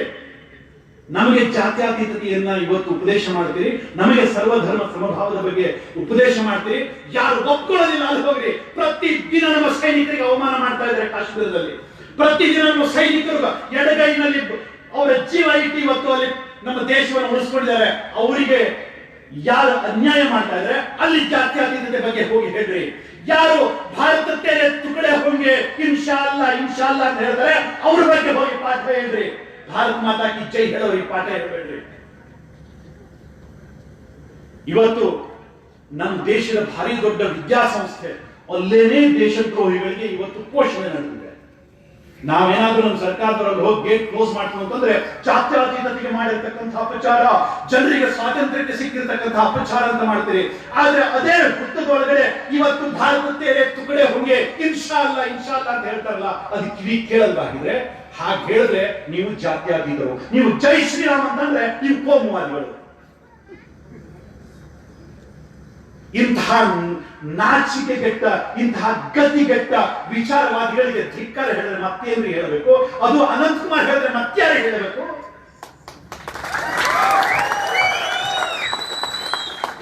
ಮತ್ಯಾರು ಕೂಡ ಕಪಾಳಕ್ಕೆ ನನ್ನ ಜ್ವರ ಹೊಡೆಯುವುದಿಲ್ಲ. ಹೊಡೆದ್ರೆ ನಾನೇ ಹೊಡಿಬೇಕು, ಏನ್ ಮಾಡೋದು? ಹೌದು, ಕೆಲವೊಬ್ಬರಿಗೆ ಅನ್ಸತ್ತೆ ಇಲ್ಲ ನಾವು ಪ್ರತಿಭಟನೆ ಮಾಡಬೇಕು ಅಂತ. ಎದುರುಗಡೆ ಹೋದ ತಕ್ಷಣ ಇಂದು ಒಂದು ಓಟ್ ಬಂದಿದ್ದಿದ್ರೆ ನಾನು ಯಾಕಪ್ಪ ಅಷ್ಟೆಲ್ಲ ತಲೆ ಕೆಡಿಸ್ಕೊಳ್ಳಿ, ಅದಕ್ಕೋಸ್ಕರ ಹಮ್ ಭಾಯಿ ಇಲ್ಲಿ ಅನ್ಕೊಂಡು ಹೇಳ್ತಾರೆ ಅವ್ರು ಓಟ್ ಹಾಕೋದಿಲ್ಲ ಅಂತ ಹೇಳ್ತಾರೆ. ಆದ್ರೂ ಅಲ್ಲಿ ಹೋಗಿ ಮತ್ತೆ ವಾಪಸ್ ಏನು ಮಾಡೋದು ದಮ್ಮಿಲ್ಲ. ಯಾಕೆಂತಂದ್ರೆ ಎಂಜಲು ಓಟನ್ನೇನೇ ಯೋಚನೆ ಮಾಡಿಕೊಂಡು ತೀರ್ಮಾನ ಮಾಡಿಕೊಂಡು ಅದಕ್ಕೋಸ್ಕರನೇ ಬದುಕಿರ್ತಕ್ಕಂಥ ಜನಗಳು ಇವತ್ತು ನಮ್ಮ ದೇಶವನ್ನ ಖಂಡಿತವಾಗಿ ಒಂದು ಹೊಸ ದಿಕ್ಕಿನ ತಗೊಂಡು ಹೋಗ್ತಾರೆ. ಸ್ವಾಮಿ ಹೇಳಿ, ದೇಶದ್ರೋಹಿಗಳ ಓಟ್ ನಮಗೆ ಬೇಕಾಗಿಲ್ಲ, ಧರ್ಮದ್ರೋಹಿಗಳ ಓಟ್ ಬೇಕಾಗಿಲ್ಲ, ನಮ್ಮ ರಕ್ತದವರು ನನ್ಗೆ ಓಟ್ ಕೊಟ್ಟರು ಸಾಕು, ನಾನು ಗೆಲ್ತೀನಿ ಅಂತಕ್ಕಂಥ ವಿಶ್ವಾಸ ಇದೆ. ಸ್ವಾಮಿ, ಸಿಂಧು ನಮ್ಮದಾಗತ್ತೆ, ಬ್ರಹ್ಮಪುತ್ರ ನಮ್ಮದಾಗತ್ತೆ, ಬಾಂಗ್ಲಾ ನಮ್ಮದಾಗತ್ತೆ, ಪಾಕಿಸ್ತಾನ ನಮ್ಮದಾಗತ್ತೆ. ಅಷ್ಟೇ ಯಾಕೆ ಆ ಪಹ್ಲವಿ ರಾಜಮನೆತನ ಎಲ್ಲಿ ಧ್ವಜವನ್ನ ಹಾರಾಡಿಸಿ ರಾಜಮನೆತನ ನಡೆಸಿತ್ತು, ಇರಾನ್ ಕೂಡ ನಮ್ಮ ಜೊತೆಗೆ ಬರುತ್ತೆ. ಆ ಹೇಳೋ ದಮ್ ಬೇಕು. ಕುರಿ ಹತ್ರ ಹೋಗಿ ಸಿಂಹದ ತರ ಗರ್ಜನೆ ಮಾಡೋದಂದ್ರೆ ಅದು ಹೇಗೆ ಮಾಡಿತ್ತು? ರಸ್ತೆ ಮೇಲೆ ಹುಲಿವೇಷ ಹಾಕೊಂಡು ಕುಳಿತಾರಲ್ಲ, ಅವ್ರು ಹುಲಿಗಳಾಗ್ತಾರೆ ಯಾವತ್ತೂ ಕೂಡ. ಬಂಧುಗಳೇ, ಇವತ್ತು ಸೇರಿರ್ತಕ್ಕಂಥ ನಿಮ್ಮಗಳ ಬಗ್ಗೆ ನಮಗೆ ವಿಶ್ವಾಸ ಇದೆ, ನಂಬಿಕೆ ಇದೆ. ಇಲ್ಲಿ ಬಂದಿರತಕ್ಕಂಥ ರಕ್ತದ ಬಗ್ಗೆ ನನಗೆ ಗೌರವ ಇದೆ. ನೀವು ಏನ್ ತೀರ್ಮಾನ ಮಾಡ್ತೀರೋ ಅದನ್ನ ಮಾಡ್ತೀರಿ ಅಂತಕ್ಕಂಥ ನಂಬಿಕೆ ನನಗಿದೆ. ಆ ಸೋಗಲಾಡಿ ರಾಜಕಾರಣಿಗಳ ಬಗ್ಗೆ, ಸೋಗಲಾಡಿ ವಿಚಾರವಾದಿಗಳ ಬಗ್ಗೆ ಖಂಡಿತವಾಗಿ ನಾವು ಗಮನರಹಿತನಾಗಿದ್ದೇವೆ. ಅವ್ರ ಬಗ್ಗೆ ನಂಬಿಕೆ ಇಲ್ಲ. ಮುಂದಿನ ದಿವಸದಲ್ಲಿ ನಮ್ಮ ತರದ ಜೊತೆಗೆ ದೇಶವನ್ನ ಕಟ್ಟಬೇಕು. ಇದಕ್ಕಿಂತ ಜಾಸ್ತಿ ನಾನು ಮಾತಾಡಲಿಕ್ಕೆ ಹೋಗುದಿಲ್ಲ. ಅವತ್ತು ಹಾಕಿರ್ತಕ್ಕಂಥ ಒಪ್ಪಂದ ಇದು ನಮ್ಮ ಒಪ್ಪಂದ ಅಲ್ಲ. ಈ ರಕ್ತ ಒಪ್ಪುವುದಿಲ್ಲ. ಇವತ್ತಲ್ಲ ನಾಳೆ ಆ ಅಂಕಿತವನ್ನು ನಾವು ಒಪ್ಪಲಿಕ್ಕೆ ಸಾಧ್ಯ ಇಲ್ಲ. ಅಳಿಸಿ ಹಾಕಬೇಕು. ಅದೇ ಸಿಂಧು ನದಿಯ ನೀರಿನಿಂದಲೇ ಆ ಒಪ್ಪಂದವನ್ನ ಅಳಿಸಿ ಹಾಕಬೇಕು. ಯೋಚನೆ ಮಾಡಿ ನಮ್ಮ ಪರಿಸ್ಥಿತಿ ಎಷ್ಟು ದಯನೀಯ ಆಗಿದೆ ಅಂತ. ಪಾಕ್ ಆಕ್ಯುಪೈಡ್ ಕಾಶ್ಮೀರ ಇದೆ. ಯುದ್ಧದಲ್ಲಿ ನಾವು ಅದನ್ನು ಗೆದ್ದಿದ್ವಿ. ಆದರೂ ಕೂಡ ನಮ್ಮ ಹೇಳಿತನದ ಉದಾರತೆ ಅದರ ಪರಿಣಾಮವಾಗಿ ನಾವು ಅದನ್ನು ಬಿಟ್ಟುಕೊಳ್ತೇವೆ. ಇವತ್ತು ಪಾಕ್ ಆಕ್ರಮಿತ ಕಾಶ್ಮೀರ, ಅಲ್ಲಿನ ಜನ ಹೋರಾಟ ಮಾಡಿದರು. ಪಾಕಿಸ್ತಾನಕ್ಕೆ ಚುನಾವಣೆ ನಡೆದ್ರೆ ಪಾಕ್ ಆಕ್ಯುಪೈಡ್ ಕಾಶ್ಮೀರದಲ್ಲಿರ್ತಕ್ಕಂಥ, ಪಾಕ್ ಆಕ್ರಮಿತ ಕಾಶ್ಮೀರದಲ್ಲಿರ್ತಕ್ಕಂಥ ಜನರಿಗೆ ವೋಟ್ ಹಾಕಲಿಕ್ಕೆ ಅಧಿಕಾರ ಇಲ್ಲ. ಅವ್ರು ಕೇಳಿದ್ರು. ಕೇಸ್ ಸುಪ್ರೀಂ ಕೋರ್ಟ್ ತನಕ ಹೋಯಿತು. ನೀರಿನ ವಿಷಯ ಅಲ್ಲಿ ಹೋಯಿತು. ಬೇರೆ ಬೇರೆ ಆಡಳಿತಕ್ಕೆ ಸಂಬಂಧಪಟ್ಟ ಅನೇಕ ವಿಷಯಗಳು ಸುಪ್ರೀಂ ಕೋರ್ಟಿಗೆ ಹೋಯಿತು. ಪಾಕಿಸ್ತಾನದ ಸುಪ್ರೀಂ ಕೋರ್ಟ್ ಒಂದು ಮಾತನ್ನ ಹೇಳಿತು, ಅದು ನಮ್ಮ ಭಾಗದಲ್ಲಿ ಇದೆ ಅಂತ ಪಾಕಿಸ್ತಾನದ ಕಾನ್ಸ್ಟಿಟ್ಯೂಷನ್ ಅಲ್ಲಿ ಇಲ್ಲ. ಅದಕ್ಕೋಸ್ಕರ ಅದು ನಮ್ದು, ಅದರ ಬಗ್ಗೆ ನಾನು ಜಡ್ಜ್ಮೆಂಟ್ ಕೊಡ್ಲಿಕ್ಕೆ ಆಗುದಿಲ್ಲ ಅಂತ ಇವತ್ತಿನ ಪಾಕಿಸ್ತಾನ ಸರ್ಕಾರನೇ ಹೇಳುತ್ತೆ. ಇವತ್ತು ನಾವು ಪೂಜೆ ಮಾಡತಕ್ಕಂಥ ಶಾರದಾ ದೇವಿಯ ಮೂಲ ಸ್ಥಾನ ಇರತಕ್ಕಂಥದ್ದಲ್ಲಿ ಇವತ್ತು ಕೂಡ ಶಾರದಾ ಅಂತಾನೆ, ಆ ಊರಿನ ಹೆಸರು ಶಾರದಾ ಅಂತಾನೆ. ಇವತ್ತು ಕೂಡ ಅಲ್ಲೇ ಇದೆ, ಪಾಕ್ ಆಕ್ರಮಿತ ಕಾಶ್ಮೀರದಲ್ಲೇ ಇದೆ. ಅದರ ಬಗ್ಗೆ ಕೋರ್ಟಿಗೆ ಹೋದಾಗ ಸುಪ್ರೀಂ ಕೋರ್ಟ್ ಹೇಳುತ್ತೆ, ನಿಮಗೆ ನಾವು ವೀಸಾ ಕೊಡೋ ಅಗತ್ಯನೇ ಇಲ್ಲ. ಯಾಕೆಂತಂದ್ರೆ ಆ ಪ್ರದೇಶ ನಮಗೆ ವೀಸಾ ಕೊಡ್ಲಿಕ್ಕೆ ಅಧಿಕಾರ ಇಲ್ಲ. ಇವತ್ತು ಕಾಶ್ಮೀರದಲ್ಲಿರ್ತಕ್ಕಂಥ ಜನ ಆ ಶಾರದಾ ಪೀಠಕ್ಕೆ ದರ್ಶನಕ್ಕೆ ಹೋಗ್ಬೇಕು ಅಂತಂದ್ರೆ ಅವ್ರಿಗೆ ವೀಸಾದ ಅವಶ್ಯಕತೆ ಇಲ್ಲ. ಅವರೊಂದು ಸ್ಪೆಷಲ್ ಪರ್ಮಿಟ್ ತಗೊಂಡು ಹೋಗ್ಬೋದು. ಕಾರಣ ಏನು ಅಂತಂದ್ರೆ ಇವತ್ತಿನ ಆ ಕಾಶ್ಮೀರವನ್ನ ಪಾಕಿಸ್ತಾನ ತನ್ನ ಭಾಗ ಅಂತ ಒಪ್ಕೊಂಡೇ ಇಲ್ಲ. ಆದ್ರೂ ಕೂಡ ನಮಗೆ ಕೆಣಕಬೇಕು, ರಾಜಕೀಯವಾಗಿ ನಮಗೆ ಯಾವತ್ತೂ ಕೂಡ ಸವಾಲು ಹಾಕಬೇಕು ಅಂತ ದೃಷ್ಟಿಯಿಂದ ರಾಜಕಾರಣದ ವಿಷಯದಲ್ಲಿ ಅದನ್ನು ಎತ್ತು ಹಿಡ್ಕೊಂಡಿದೆ. ಕಾಶ್ಮೀರ ನಮ್ಮದು, ಕಾಶ್ಮೀರ ನಮ್ಮದು ಅಂತ ಹೇಳ್ತಾ ಇದೆ. ನಿಜಕ್ಕೂ ಕೂಡ ನಾನು ಮತ್ತೊಮ್ಮೆ ತಲೆಬಾಗಿ ನಮಸ್ಕಾರ ಮಾಡ್ತೀನಿ. ಇವತ್ತು ಕಾಶ್ಮೀರ ಏನಾದರೂ ಇದ್ದಿದ್ರೆ ಅದು ನಮ್ಮ ಸೈನಿಕರ ಕಾರಣದಿಂದ. ಇವತ್ತು ಕೂಡ ಸೈನಿಕರಲ್ಲಿದ್ದಾರೆ. ಅದಕ್ಕೋಸ್ಕರ ಕಾಶ್ಮೀರ ಇವತ್ತು ನಮ್ಮ ಕೈನಲ್ಲಿದೆ. ಸೈನಿಕರು ಯಾವತ್ತು ಬರ್ತಾರೋ ಅದು ಅವತ್ತು ನಮ್ಮ ಕೈ ತಪ್ಪಿ ಹೋಗುತ್ತೆ. ಇವತ್ತಲ್ಲ ನಾಳೆ ಕಾಶ್ಮೀರವನ್ನು ಉಳಿಸ್ಕೋಬೇಕು ಅಂತಾದ್ರೆ ನಮ್ಮ ಸೈನಿಕರಲ್ಲಿ ಇರಲೇಬೇಕು. ಎಲ್ಲಿ ತನಕ ನಮ್ಮ ಜನ ಹೋಗಿ ಕಾಶ್ಮೀರದಲ್ಲಿ ಬದುಕೋ ಪರಿಸ್ಥಿತಿ ನಿರ್ಮಾಣ ಆಗುದಿಲ್ಲ, ಅಲ್ಲಿ ತನಕ ನಮ್ಮ ಸೈನಿಕರಲ್ಲಿ ಇರಲೇಬೇಕು. ಯಾರು ಏನ್ ಬೇಕಾದ್ರೂ ಹೇಳಿ. ಆದ್ರೆ ನಮ್ಮ ಜನ ಹೇಳ್ತಾರೆ, ಪಾಕಿಸ್ತಾನದ ಅಲ್ಲಿ ಕಾಶ್ಮೀರದಲ್ಲಿ ನಮ್ಮ ಸೈನಿಕರು ಇದ್ರೆ ಅವರು ಮಾನವೀಯ ಹಕ್ಕುಗಳ ಉಲ್ಲಂಘನೆ ಮಾಡ್ತಾರೆ, ಹಾಗೆ ಮಾಡ್ತಾರೆ, ಹೀಗೆ ಮಾಡ್ತಾರೆ ಅಂತ. ಆಯ್ತು, ಕಾಶ್ಮೀರದಲ್ಲಿ ಇರ್ತಕ್ಕಂಥ ಸೈನಿಕರನ್ನು ವಾಪಸ್ ಕಳಿಸ್ತೀವಿ. ನಿಮ್ಮ ಮಕ್ಕಳನ್ನ, ಮೊಮ್ಮಕ್ಕಳನ್ನ, ಮರಿ ಮಕ್ಕಳನ್ನ ಅಲ್ಲಿ ದೇಶದ ಬಾರ್ಡರ್ ಕಾಯ್ದೆ ಕಳಿಸ್ಕೊಡ್ರಿ. ಆಗಿದೆ ಅದಕ್ಕೆ ತಾಕತ್ತಿಲ್ಲ. ಇಲ್ಲಿ ಕುತ್ಕೊಂಡು ಕುಂಗಿ ಹೋಗ್ತಾರೆ. ಬಂಧುಗಳೇ, ನಡೆದಿರ್ತಕ್ಕಂಥ ಅಪಚಾರವನ್ನ ಮರೆಸಿ ಹಾಕ್ತಕ್ಕಂಥ ಒಂದು ಸಾಮರ್ಥ್ಯ, ಯೋಗ್ಯತೆ ನಮಗಿದೆ. ಅದಕ್ಕೋಸ್ಕರ ಈ ಸಂಕಲ್ಪದ ದಿನ. ಇವತ್ತಲ್ಲ ನಾಳೆ ವಂದೇ ಮಾತರಂ ರಣಘೋಷ ಹೇಗೆ ಭಾರತದ ಗಲ್ಲಿ ಗಲ್ಲಿಗಳಲ್ಲಿ ಮೊಳಗಿತ್ತು, ಹೇಗೆ ಭಾರತದ ಗಿರಿ ಕಂದರಗಳನ್ನು ಪ್ರತಿಧ್ವನಿಸಿತ್ತು, ಅದೇ ವಂದೇ ಮಾತರಂ ಜಗತ್ತಿನ ಮೂಲೆ ಮೂಲೆಯಲ್ಲಿ ಪ್ರತಿಧ್ವನಿಸಬೇಕು. ಅದೇ ವಂದೇ ಮಾತರಂ ಜಗತ್ತಿನ ಮೂಲೆ ಮೂಲೆಯಲ್ಲಿ ಪ್ರತಿಧ್ವನಿಸಬೇಕು. ಒಂದು ಕಾಲದಲ್ಲಿ ಜಗತ್ತಿನ ಮೂಲೆ ಮೂಲೆಗಳಲ್ಲಿ ನಮ್ಮ ಧರ್ಮ ಧ್ವಜ ಹಾರಾಡ್ತಾ ಇತ್ತು. ಇವತ್ತಲ್ಲ ನಾಳೆ ನಮ್ಮ ಧರ್ಮ ಧ್ವಜ ಈ ಜಗತ್ತಲ್ಲಿ ಹಾರಾಡಬೇಕು. ಹೆಜ್ಜೆ ಇಟ್ಟಿದೀವಿ ಕಣ್ರಿ, ಹೆಜ್ಜೆ ಇಟ್ಟಿದೀವಿ.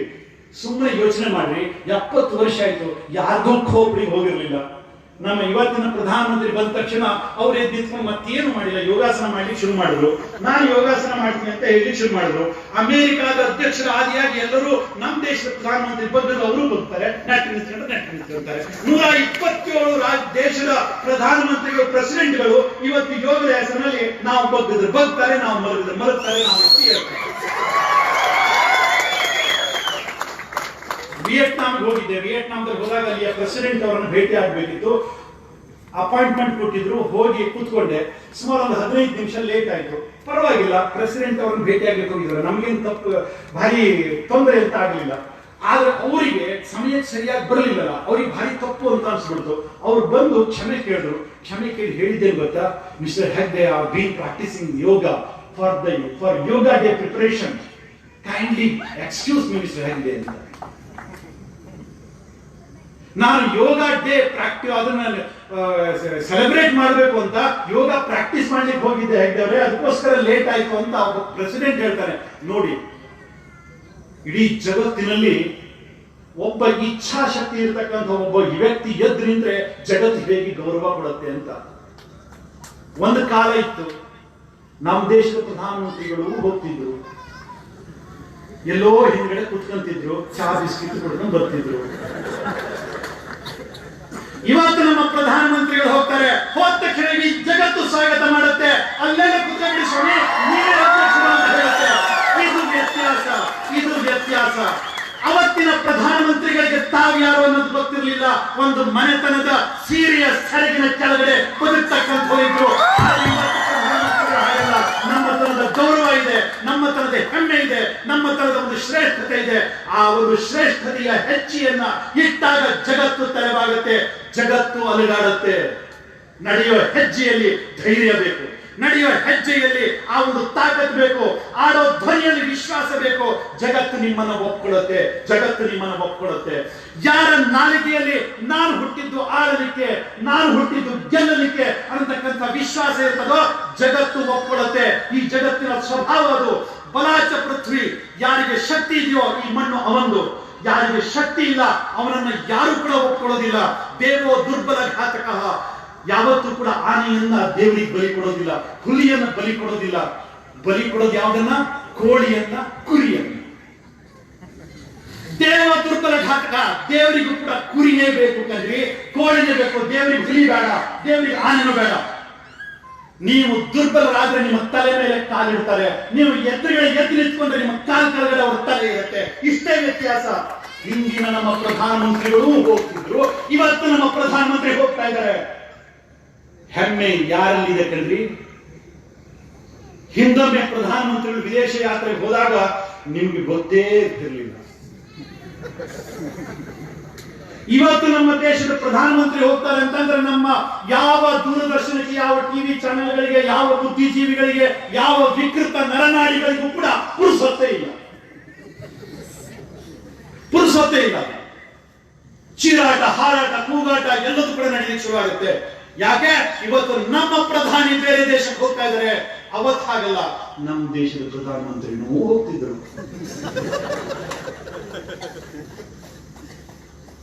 ಬಲಾಚ ಪೃಥ್ವಿ, ದಯವಿಟ್ಟು ಬಂಧುಗಳೇ, ಈ ಸಂಕಲ್ಪದ ದಿನ ಇದು ಕೇವಲ ಕಾಟಾಚಾರದ ದಿನ ಅಲ್ಲ, ವಿಶ್ವಾಸದೊಂದಿಗೆ ಹೇಳಬೇಕಾಗಿರ್ತಕ್ಕಂಥ ದಿನ. Born to rule, born to win, ಹುಟ್ಟಿದ್ದು ಗೆಲ್ಲಲಿಕ್ಕೆ, ಹುಟ್ಟಿದ್ದು ಆಳಲಿಕ್ಕೆ. ಆ ವಿಶ್ವಾಸದಿಂದ ಮುಂದಿನ ತಲೆಮಾರಿನ ಭವ್ಯ ಭವಿಷ್ಯವನ್ನ, ಭವ್ಯ ಭಾರತವನ್ನ ಕಟ್ಟತಕ್ಕಂಥ ಯೋಗ್ಯತೆ ಈ ರಕ್ತಕ್ಕಿದೆ, ಈ ಒಂದು ತಲೆಮಾರಿಗಿದೆ. ಆ ತಲೆಮಾರಿಗೆ ಬೇಕಾಗಿರತಕ್ಕಂಥ, ಆ ಒಂದು ಭವ್ಯತೆಗೆ ಬೇಕಾಗಿರತಕ್ಕಂಥ ಸತ್ಸಂಕಲ್ಪವನ್ನು ಮಾಡಿಕೊಂಡು ಈ ಕಾರ್ಯಕ್ರಮದಿಂದ ವಿರಮಿಸೋಣ. ನಾಳೆ ಆಗಸ್ಟ್ 15 ಗೆಲುವನ್ನ ನಾವು ಸಂಭ್ರಮದಿಂದ ಆಚರಣೆ ಮಾಡೋಣ.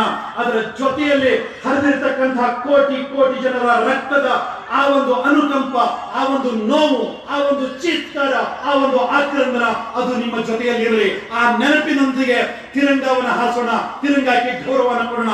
ಜೈ ಹಿಂದ್.